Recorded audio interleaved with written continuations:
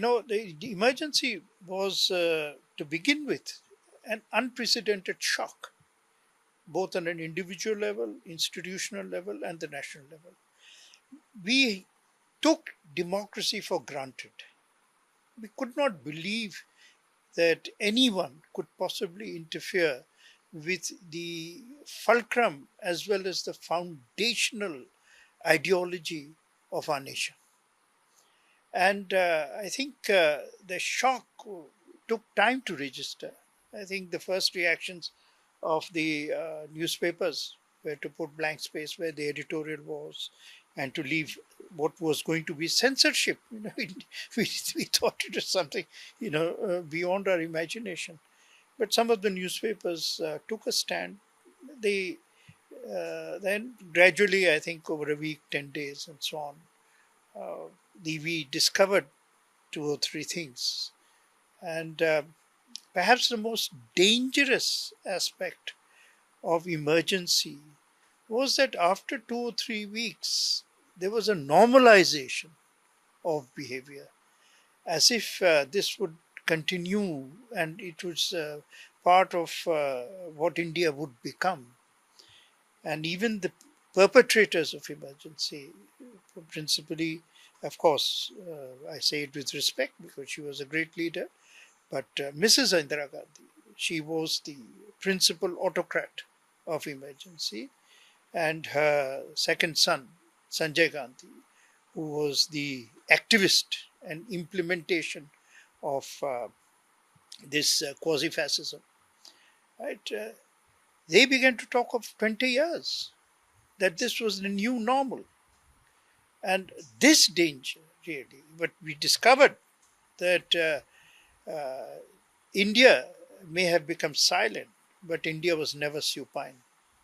It is the people of India who actually fought against the emergency. And this is an honest fact, not the elitists of India. Whether the elitists were in finance or whether they were in, the political elite, yes, of course.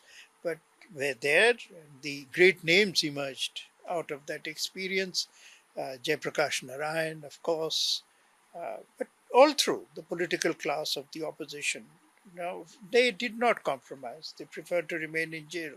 And of course, in January 1977, that famous meeting, public meeting, Atal Bihari Vajpayee became a person on every Indian's lips for his passionate speech, and George Fernandez became the hero, the face of resistance from Muzaffarpur jail. And Acharya Kriplani, these names came back into the forefront because it was a mission to save India, and that mission became a huge popular movement. So also a positive side of emergency was that we got so many good leaders, and it also shaped the politics of India till date. If we speak of many leaders, they were born during the emergency, like as you say Jayaprakash Narayan, or even we got the best prime minister in form of Atal Bihari Vajpayee during the emergency. No, I mean these names had existed before, but they had never been in power really. In 1967, the Congress lost elections from Amritsar to Bengal, but it did not lose power at the central level.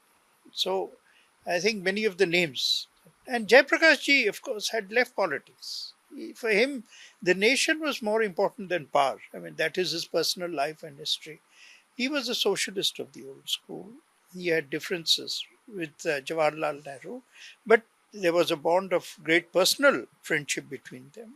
But their political differences were too wide. He did not believe, and after the 1950s, he moved away into forms of social service. That was life. But all of them came back, revived to save the nation, to save us from censorship. For, for us personally, who were then in journalism, censorship was a kind of unbelievable phenomenon. And I remember just then, it's a coincidence, There was the owner of Stardust, Narihira. Uh, he wanted to start the first international Indian magazine, news magazine. And I was a young person of 24, and he hired me as editor. And we were all ready. The dummy was set and so on, but and the dummy was ready before the emergency. And the first cover story that we had planned was Mrs. Gandhi scowling because she was under pressure. And I think when the censors saw it, they put pressure, and that magazine, it was called Peninsula, it never came out. But that is comparatively, in the history of India, a very small story. The largest story was how the press resisted. But also, unfortunately, uh, that resistance uh, had only became a limited fact. It was eventually emergency was destroyed by the people of India. So you have also described this entire emergency era of period as a Jallianwala Bagh of free India. Yes, it was the Jallianwala Bagh of democratic India, in the sense that an arbitrary political power, a dictatorship, uh, opened, basically massacred the values of India, massacred the values and the principles of the Indian Constitution. But within that experience also lay the revival, because from that experience, India found the inspiration to rediscover itself, and that's why it is the Jallianwala Bagh.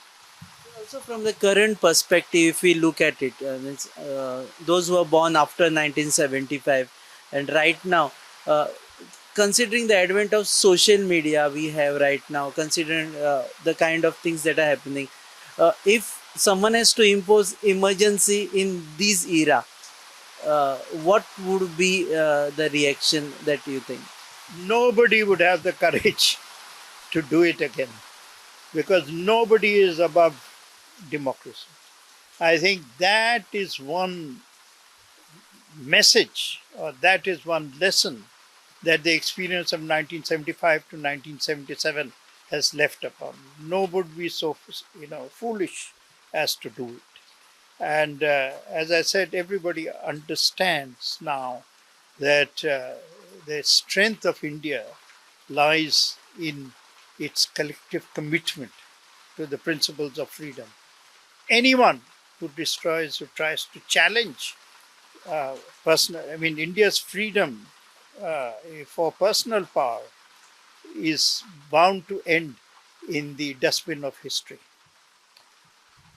Do you think that Congress has to even explain now why the emergency was imposed? Because all these 50 years later, also, when we speak about Congress or when they speak against someone, one argument that comes and they have to answer that why was the emergency imposed by your government on India? I think the Congress would have to merely just find a way to accept that it was a huge mistake, that it was a huge assault on the nation, and move on. After all, the political parties of India, many of them find ways of correcting themselves. Why can't the Congress find a way of correction? After all, you look at the maturity of Indian people. When they were given a chance in 1980 to vote again because the Janta experiment collapsed, look at the maturity. I repeat the word. They brought back a stable government because they did not want an unstable government. So history is replete. History is very often the story of mistakes as much as the story of successes. So the Congress simply must accept it and move on.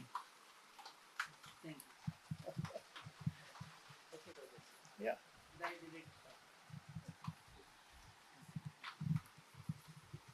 Okay, so this is dictatorship was one issue during the emergency. So we saw a prime minister turning into dictator. That's right. Yes, we did, and I tell you that the real danger is, uh, the real danger of dictatorship, apart from the ideological rejection of this principle or this method of rule is that dictators lose their balance. That's the greatest danger. And they justify excess, justify cruelty, justify tyranny in the name of the national good. And that is really in their own minds, there is a certain element of excess and certain amount of even perversion of the normal that happens in their own minds and makes them indulge in self-justification. That's just referring only to Indira Gandhi, or also referring to some other Now, I'm incident. talking about dictatorship in principle, of which we saw an example between 1975 and 1977. But as far as India is concerned, we should not be bothered about any dictatorship or There is no way India is going to accept any dictatorship. Those who accuse, who use the word lightly, I find that the people are very often in political rhetoric. When you accuse somebody of being a dictator, just remember one thing, that if it was a genuine dictatorship, you would not be able to make that accusation. true. The very fact that you can make the accusation means that we are living in a democracy.